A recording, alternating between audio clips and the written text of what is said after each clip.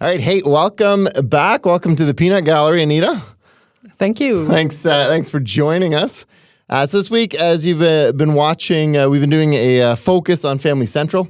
And part of that is that for us, especially as a church, very often we end up just feeling sorry for the homeless, and you feel sorry for the vulnerable. You feel sorry, and right now in our culture, at least, that's a big concern coming out of COVID, that there's going to be a lot of repercussions, financial repercussions. There's a lot of people struggling. But feeling sorry doesn't actually provide housing. It doesn't actually provide hope. And so this is a part of what we're doing in our community, where we live at least, to respond to that. And so it's something that we're both very excited about. And so this week, as we were talking about that, the goal partially, obviously, is to inform our community of what we're doing, but also hopefully to inspire others to do their part. And that may look different. It may be on an individual level, just you with a sibling, with a friend, with a coworker, whatever that is. But yeah, so we wanted to share some of what we've learned over the last couple of years of doing this. And so very excited to have Anita with us here. Anita is one of our staff members who does a lot of the one-on-one with our clients. And so why don't we start, Anita? Tell us a little bit about you and how you ended up here. You got a pretty cool story as to how you ended up back at Family Central. So, yeah, I'm happy to be here. Some of my story, I was born in Mexico. My family traveled back and forth since I was a little kid. We made our permanent home here in Mexico when I was 15. I'm here in Canada when I was 15 years old. I'm a mom of 3 sons. They're all married, and there's 6 kids under 4 in our family. So we have a very thriving, alive kind of family. But yeah, I've always been involved in church work. I started out teaching Sunday school and then became a Sunday school superintendent, for those that still know, coordinator of Sunday school. Yeah, I know, right? That was a long time ago, but that was an important position. Okay. And then also was hired as a discipleship coordinator on staff at a church, at a local church. And so very passionate about transformation, about discipleship, and helping people grow and move forward, and so on. I became kind of restless, and a group of us started an outreach initiative in Tillsonburg. And we came across a lot of very needy people with lots of issues, brokenness, addictions, and stuff. And just realized that I needed more tools. I was passionate about helping people, but I didn't have the hands-on tools that I needed to help people move forward, really move forward, and make a permanent, long-lasting change. And so I came across something like a coach training. One of my friends suggested, you should become a coach. And so I did some training and became a coach, a certified coach. And so before we get into coaching, I think that it's kind of interesting what you said. You needed more tools, because I think one of the challenges that we've come across is exactly what you're saying. So growing up, right, this is when the compassion commercials and everything were so big, and so you have these images of starving kids in Africa, and it's just, if you just give, $50 a month. And it was a great campaign, don't get me wrong. But it almost lulls us into this sense that if you just throw money at something, the issue people have is just sheerly on a financial level. So if we just throw money at them, so you go into Tillsonburg and you start meeting people and start loving on people and realizing that you can't actually throw enough money at them. You actually need tools to do this. And this is where it gets complex. But arguably, I think this is also where a lot of people end up just giving up. And why you see people just kind of going, well, I don't know what to do. Because it's hard. The issues are too deep, and it's too hard, and we don't really know how to help people. And often within church circles, the answer has been, teach them scripture or do the prayer, the instant solutions. Right. And yet we find in scripture that there's a partnership that's required. An effort. This transformation process takes time, and when we read scripture, you be transformed, press on, take hold. All of those things speak about a partnership that is not simple. That's an ongoing, long-term kind of journey that is required. Okay, so you got into coaching. I don't know what coaching is. I mean, I've done sports. I don't know if it's any relation to that. I've coached baseball. But so you did life coaching. So what is life coaching kind of, and what do you mean get certified? Life coaching is not counseling. A lot of people confuse that with counseling. But life coaching is really, and there's many different ways of coaching. Like you said, you can do business coaching. You can do all kinds of professional coaching, development coaching and stuff. But life coaching is a supportive partnership where the coach comes alongside and supports the client towards their goal. It's solution oriented. It's not looking to the past so much. It's forward moving. Right. And so, we explore solutions, and we become creative and curious, and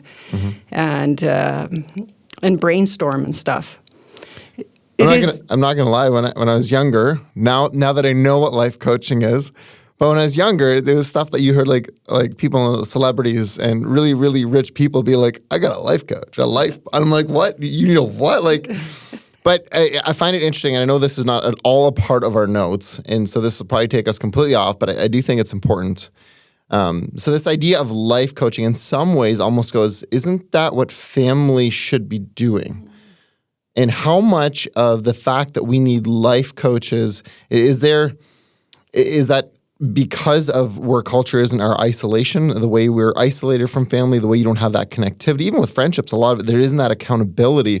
Because often when I'm hearing you say what you do as a life coach, I'm like, that sounds a lot like parenting. It sounds a lot like good friendship. What is it in our culture? And I know this is way off, and so you can make it a short answer, but why? Because there's a growth in this. This is an industry. This is a significant industry from what I understand. And the more I get into the business with Family Central, I understand that more and more people are looking for this. And that is so true. There's a poverty of relationship. We don't know how to do relationships well. And so one of the things that I pursued was also conflict management mediation. I do a lot of relationship coaching and stuff. And so we don't do family and relationships and accountability well. And yet that is one of the essential elements required for long-lasting change is support. It's almost like a witness.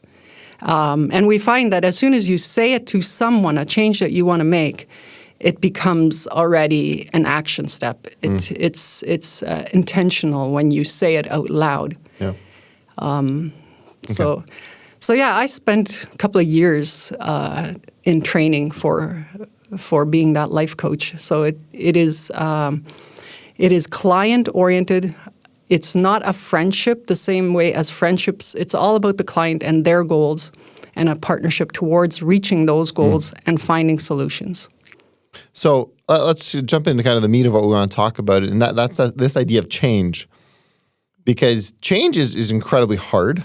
We know this. I think one of the most interesting things that I've came across in the last couple of years in regards to change is the idea of New Year's resolutions. And it's probably been 3 or 4 years now already that this really started to hit, but it just felt like people kind of went, this is useless. And not useless in the sense that they got to the end of the year and were like, I was perfect this year. Like, I was so good. I need nothing new the next year. It was literally from a sense of, I'm not going to follow through anyway. Well, yeah. You know what? We're taught right from the beginning that you have 3 kinds of people. You have the chronic complainers, and they stay at complaining. They know that things are not right, that change needs to happen. They're stuck in blame and criticizing and expecting everybody else to change. And so they're the chronic complainers, and they stay as complainers. And we might as well weed them out from the beginning because that's where they're stuck. They might change in the future. They might move forward, but at this time. And then you have the contemplators. So that's one step further.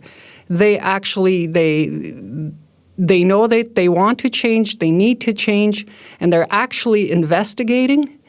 But they might move forward, they might not. Half the people stay stuck in that phase, and they just never follow through, or it's too hard, it takes too long. And then you have the people that actually are invested, that are willing to give it their all, and they make the long-term change, the hard work of doing that change. And it is hard work. Oh, it's hard work, and it takes time, and it requires a lot of energy. So there's a lot of different parts of this. I mean, we've already touched on a bunch of them, but kind of coming back to a little bit to what Family Central runs. So how does this sort of factor into how we run? So Family Central, as Sean was saying, there's two elements to it. There's the housing part where you actually live in the housing, and it's pretty intense, one-on-one stuff, a lot of very relational stuff. And then there's the support program where they don't live in the housing, because, I mean, the biggest issues are housing shortage. But it's not just that. You could be really struggling, but you have a house and a job. And so there's different facets to it. So there's the support program, but there's also the housing. So when people come in, one of our big things to do is to actually try to get them to identify why they're there so we can weed this out. So what does that process look like? Like, how do we not get wrapped up in focusing on all the ones who don't actually want to change? Because some people just don't want to change, right? Yeah, and they are those chronic complainers. They say they want to change. They know they need to change, but again, and so we go through a screening process to find out what people's actual goals are, and if they have solid goals, and if they are intentional about pursuing some of that. And so, at the Family Central, when they are accepted to the program, they sign a program participation agreement where they agree, or they are looking forward to actually meeting with a coach every single week. It really is an opportunity of a lifetime. Or these people have an opportunity to do a 180-degree change, to change their whole life. And so we come alongside and we support them in every single way that we possibly can. We provide training, we hold them accountable, we work out action plans and realistic time-sensitive plans. Yep. And we hold them accountable on a weekly basis as to where they're at, and then we support them moving forward. Yeah. And I think part of our challenge has been and is continually is actually identifying who those three are, because I think when we get stuck in a pattern, so whatever that pattern may be, I don't think you're always aware of whether or not you're actually wanting change or not. And so I think some of what we've learned in the program is that you get a couple months along and you kind of go, I don't actually want this change. And I know it's ridiculous, but it's kind of the same thing as exercise, isn't it? Like you get really motivated and you're like, I want a six-pack, I want to be healthy. And then you're 3 months in and you're like, I don't actually want this enough to put in the work. Yeah. The pain and maybe, I mean, the formula for change, I'll just pick up on some of that. Okay. It requires the vision. So a vision of who you want to be, like that six-pack, what this should look like, and you imagine yourself being there. But then the actual intention and commitment has to be real. And one of the things that we do in coaching is we basically say, on a scale of 1 to 10, where would you say your commitment level is? What are your intentions? How committed are you to this change? Right. And if they have to place themselves, if they say, I'm 5, 6, 7, what would it take to get you to a 10? Right. And some of them never get to a 10. Right. And we must accept that and work with that. Let's stop for 1 second. The relational piece, and then I want to jump into actually talk. Okay, so now you've mentioned formula of change. So anyone who's listening is like, what's a formula for change? I want a formula. Like, how easy is this? Okay, so the relational piece. How important is the relational piece in this? Yeah, it's essential. Say a bit more about your question. And he was like, we did not discuss this. Okay, I can say a whole lot about that. So what I would get at is, so when we're changing, and so specifically in the target market that we work in, where you're dealing with people who are really struggling, people are hesitant to get close to them. And they're hesitant because a lot of them have burned a lot of the bridges already. And so they're already relationally struggling. We talked about relational poverty, some of that stuff. But now for us as FCA coming alongside them how valuable or how essential is that piece? And then also for people listening. So you're going, okay, well, my brother, he's, whether that's drugs or homelessness, just poor decisions, whether it's mental health, whatever that is, how essential is that loving care and actual authentic relationship coming alongside them and being able to actually change? Can you, maybe this is the simplest way of asking the question, does this formula work outside the context of relationship? It's very hard to make a change on your own. And yeah, so there's that piece of relational poverty. Even within the church, we have trouble with that. We don't know how to do deep relationships. Right. We don't have the tools, like we don't know how to actively listen. We don't know how to support someone. But this is actually a formal relationship. And so some of the coaching that I do one-on-one, I actually have them sign a contract. It's a formal relationship where you are intentional, and this is about you. And so,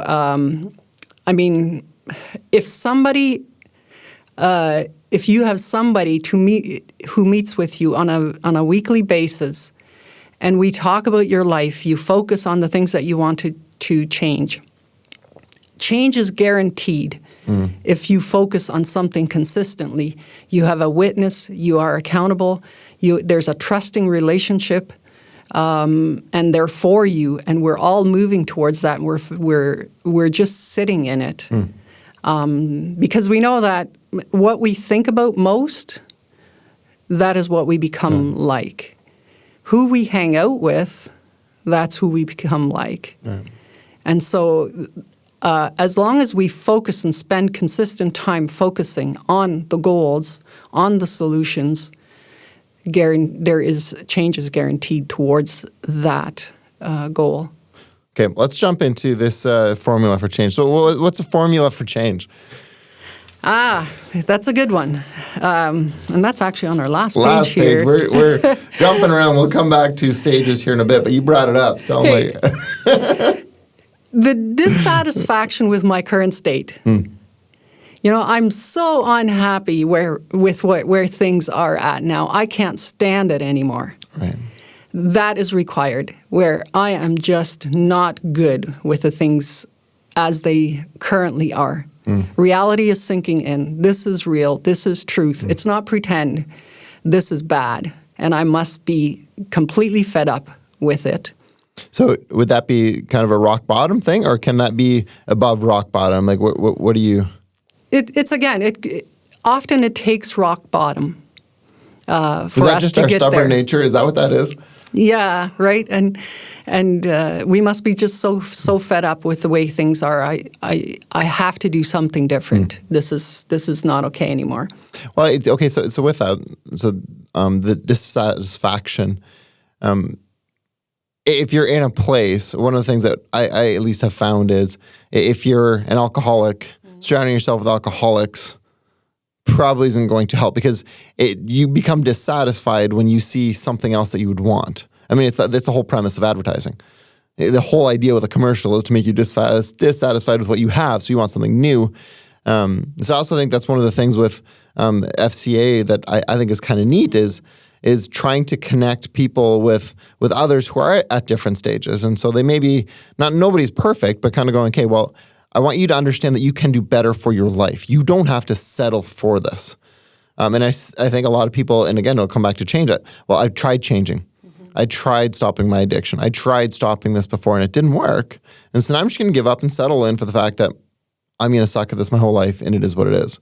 And I think that dissatisfaction, part of what we can do on the outside for people is to come alongside and just model something different. And I always think that's one of the most profound things with Jesus, because Christians are often very forceful, but Jesus was just really good at living in a way that inspired other people. And I feel like now as we're coming along other people, you kind of go, well, I'm not going to tell you change is easy, but I'm going to inspire you that I think there's better for your life than what you're currently settling for. Yeah, so important, right? Because so often, like that statement, who you hang out with, that's who you become like. Yes, very much. And so literally at FCA, we allow people, we give them an opportunity to remove themselves from that environment where they see only defeat and depression and hopelessness, and we allow them an opportunity to rehome themselves in a totally different environment. Yep. And so it's an absolute change.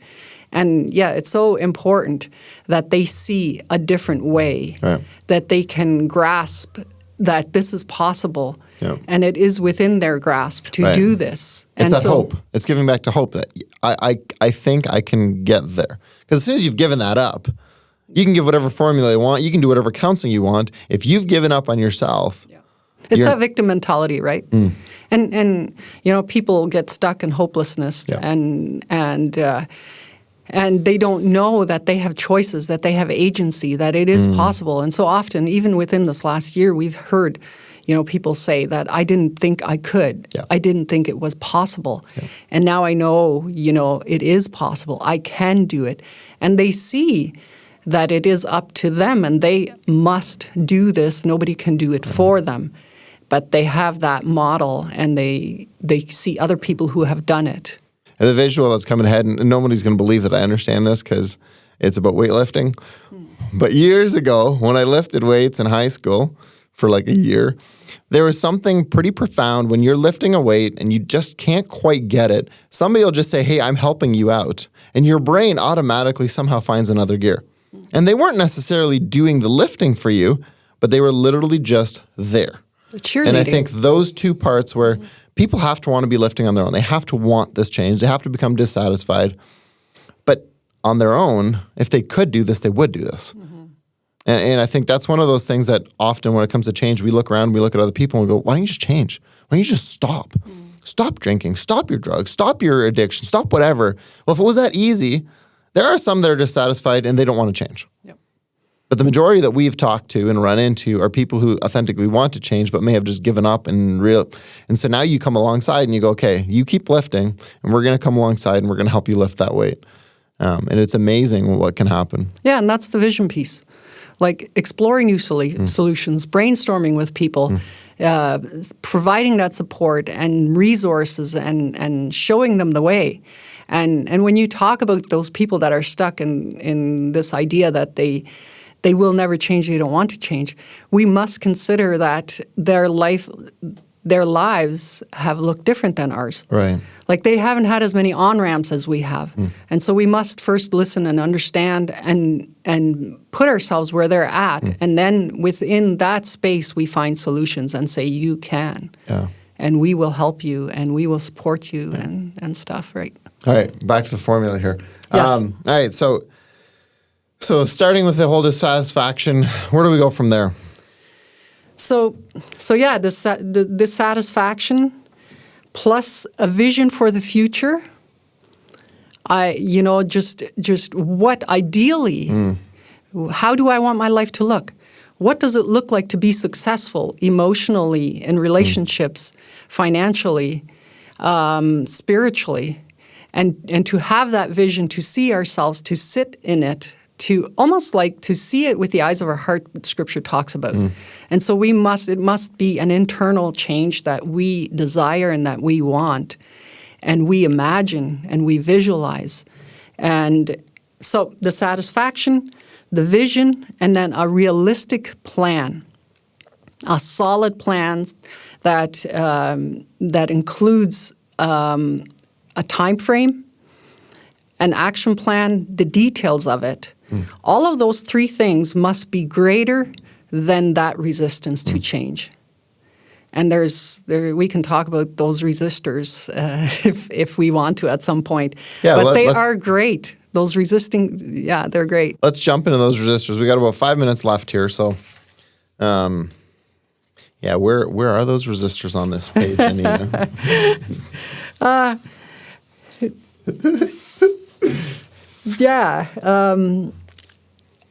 Oftentimes a resistor is pain, right? It takes hard work and it's painful. And you talked about, exercise, right. Weightlifting and running and stuff. That is painful. It's painful on my body. It requires a lot of discipline and stuff. And that's a resistance, like a resistor. We want instant answers. We want immediate results. And and we just aren't willing to invest what it takes. And so one of the things just simply is, we must consider again, I'm going to go to the last page here, but the pain of not doing something. Like there's a cost of not doing something. Right. There's a cost to doing exercise, but then there's a cost to not doing it. And the cost of not doing it is long-term. And it has long-term consequences for not doing it. Well, and I know we're talking in terms of life and relationships and all that, but I just again, and going back to coaching athletes, the cost of doing it, you have to give something up. All the kids grow up and they want to be Sidney Crosby or whoever your favorite player is, but it costs them to get there. I mean, you have the ability. Not everybody has the ability to make the NHL, but you have the ability to play. Are you willing to put in the effort to actually get to that level? And for a lot of kids, and whatever that resistor may be, and some of that is pride, and some of that is just they don't want to put in the work. Some of it is they don't want to give up the other stuff. And so when I look at it in sports, I kind of go, I can see the difference in a kid who's going to excel and open a door to another level of play versus those who are going to just complete. But that's the same thing with life. When you're younger and you're working towards having a healthy marriage, or when you're working towards having healthy relationships, it's all those little things. Well, it is going to cost you. When you look at somebody who's in addictions, well, they're hard to break. It's a ton of work. Which cost are you willing to deal with? The cost of the relationships that you're breaking, or the cost of what it's going to cost to change? Yeah, and it all depends on how you define cost. I don't want to do the work, or what do I do instead? When you talk about different addictions like numbing and some of that kind of stuff, but I don't want to invest in that relationship. I'd rather sit and watch TV, right? Yep. And so there's a great cost to sitting and watching TV, and we don't consider that cost often when we decide what to do. And so one of the things I talk, my nephew Ethan, always joke around, do I want the reward now? For example, eating, right? I want that chocolate bar now because of the satisfaction that gives me. Or do I want the long-term reward of being healthy and stuff, right? Well, that's a toss-up. I mean, what kind of chocolate bar are we talking about? Like, what are we dealing with here? But I know what you're saying. Never give up what you want most. What you want most in life. We want belonging. We want friendships. We want success. We want joy. We want peace. But we often give that up for what we want right now in this moment. It's giving into our cravings, our compulsions, and not practicing that self-discipline and stuff, right? So, man, we could dive into that a lot, but we are running out of time here. Anita, thanks for what you're doing at FCA. Thanks for the wisdom that you're pouring into both the program and also people. But also, our hope, at least as people are listening to this, is that if you're listening and you're struggling with change, it is possible. It is possible. Don't give up. Surround yourself with the right people. Maybe it'll take more work, but if it's something you're willing to work towards, it is possible. So with that, I'm sure we will chat more again at some point, but we got to go. Have a great day. See you on the next one. Thanks a lot. Yeah. We still have no closing line. Good stuff. Bye. Yeah.